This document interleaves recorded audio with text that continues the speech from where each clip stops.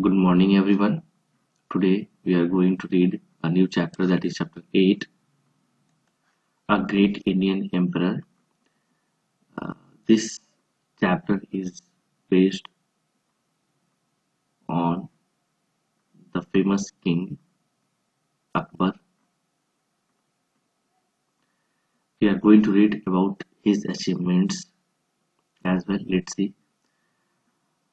I think many of you have already heard this story somewhere or read this story, but today we are going to read it again. So let's see. A Great Indian Emperor. Akbar, who lived from 1542 until 1605, was one of the greatest of all Indian kings. His father was Humayun, king of Delhi. Humayun had to run for his life when Sher Shah, the Afghan, drove him out of Delhi, and Akbar had a hard life when he was a boy. So Akbar, who lived from 1542 until 1605, so he born in 1542 and died in 1605. He was one of the greatest of all Indian kings. He was one of the greatest of all Indian kings. His father's name was Humayun, who was then king of Delhi. Humayun had to run for his life when Sher Shah, the Afghan, drove him out of Delhi. Means actually, Sher Shah, the Afghan, moved Humayun out of Delhi. Means Sher Shah attacked on Delhi, and unfortunately Humayun had to run for his life. And Akbar had a hard life when he was a boy. Akbar, when he was a boy, he had a very hard life because he had to face a lot of difficulties in order to become king. Sher Shah died later and Humayun became king of Delhi again. But soon after this, Humayun died when Akbar was only 13. At the time, Akbar was with his uncle Bairam Khan fighting some rebels in the Punjab. Sher Shah had a son who was helped by a soldier called Himu. Himu at once attacked Delhi with a large army. Everyone advised Akbar to run away, but he would not. So Sher Shah died later and Humayun became king of Delhi again. Means after death of Sher Shah, Humayun became king of Delhi. But soon after this, Humayun died when Akbar was only 13 years old.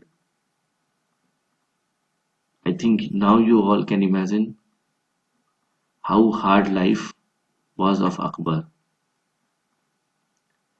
At the time Akbar was with his uncle Bairam Khan was his uncle, fighting some rebels in the Punjab. Uh, Here rebels means those who work or go against you. Those who go work against you, they are called as rebels. Those who don't believe in you, don't obey you. So Akbar's uncle Bairam Khan was fighting with some rebels in the Punjab. Sher Shah had a son also who was held by a soldier called Himu. Himu was the name of soldier who helped Sher Shah's son. Himu at once attacked Delhi with a large army. What happened? When Akbar was still at his tender age, during that time Himu attacked on Delhi with a large army. Everyone advised Akbar to run away from there, but he would not. He said, "No, I will not run away. Instead, I will fight with him." He and his uncle Bairam fought a battle at Panipat. They defeated him and captured him. When Akbar saw that Himu was wounded, he refused to kill him. I cannot kill an enemy who is already dying, he said. At once Bahram took his own sword and cut off Himu's head. Akbar was so ashamed of this that he burst into tears. This surprised everyone because in those days fighting and killing was common. So Akbar and his uncle Bahram fought a battle at Panipat. Fought is past form of a fight. Battle at Panipat. It is a place name. If I'm not wrong, this place lies nearby Delhi. And they defeated him and captured him as well. And when Akbar saw that Himu was wounded, he refused to kill him. Refuse means he said, no, I won't be killing him because he is already wounded. Who said this? Akbar. What he further said? He further said, I cannot kill an enemy who is already dying. Akbar said, I cannot kill an enemy who is already dying due to wind. So, at that moment, instantly Bahram Khan, uncle of King Akbar, took his own sword and cut off Himu's head. Akbar was so ashamed of this that he burst into tears. Akbar was so ashamed. Ashamed, I think you all know the meaning of ashamed here. Feeling guilty or feeling sorry for some of the act. He burst into tears. Who? Akbar. This surprised everyone. This surprised everyone because in those days fighting and killing was common.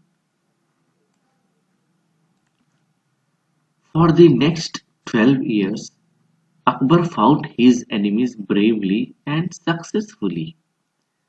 At that time, India was divided into little states which were continually fighting. Akbar wanted to stop these little states from quarreling and bring them together under one emperor. Akbar never seemed tired. He led his soldiers from one victory to another. He did not care about danger. Sometimes he went up to the walls of a city that he was attacking and fired the guns himself.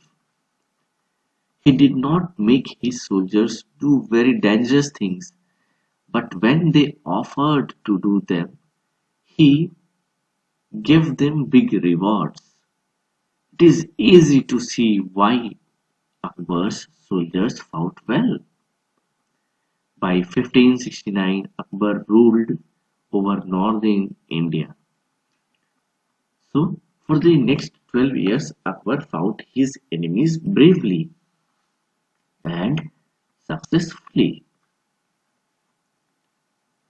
At that time, India was divided into small states, and which were and those states continually fight with each other.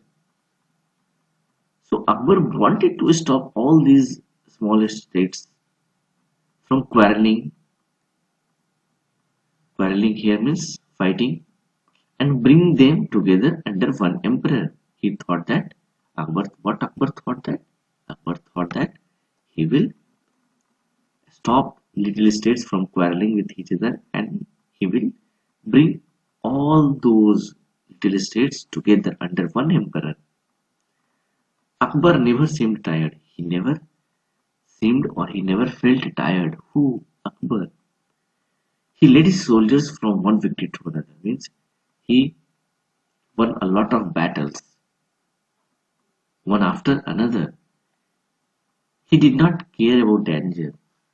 Sometimes he went up to the walls of a city that he was attacking and fired the guns himself.